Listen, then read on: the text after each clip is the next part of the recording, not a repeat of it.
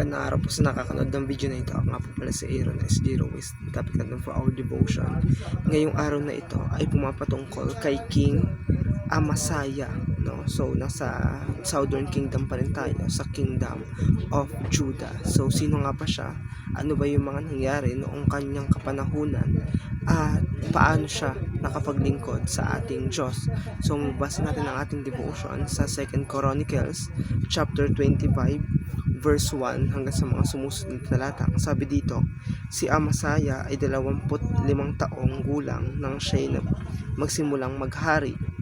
At siya'y naghari ng 29 na taon sa Jerusalem. Ang pangalan ng kanyang ina ay si Jehoadan na taga Jerusalem, at kanyang ginawa ang matuwid sa mga mata ng Panginoon, ngunit hindi taos sa puso. So makikita natin dito, no, sa teaching natin na yung half-hearted na paglilingkod sa ating Diyos ay dangerous talaga, no?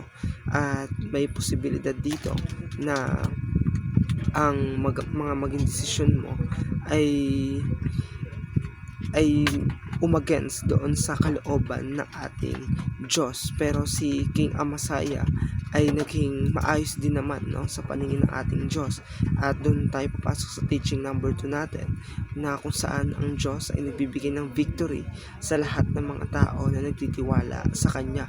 So mababasa natin sa verse 7. Sabi dito, ngunit dumating sa kanya ang isang tao ng Diyos na nagsabi, O hari, huwag mong pasamahin sa iyo ang hukbo ng Israel, sapagkat ang Panginoon ay hindi kasama ng Israel, pati ng lahat ng mga anak ni Ephraim na ito. Ngunit kung iyong inaakalang sa paraang ito ay maging malakas ka sa digmaan, ibubuwal ka ng Diyos sa harapan ng iyong mga kaaway, sapagkat ang Diyos ay may kapangyarihang tumulong at magbuwal. So makita natin dito, no, yung divine sovereignty ng ating Diyos, na kung saan siya ay nagbibigay ng katagumpayan at pagkatalo sa isang tao, depende kung sila ay susunod o hindi sa ating Diyos. So dito, no, ay nakinig naman si Haring Amasaya sa propeta ng ating Diyos, at yung propeta ng ating Diyos na yon, no, ay si King Amasaya, no, ay nakinig naman doon.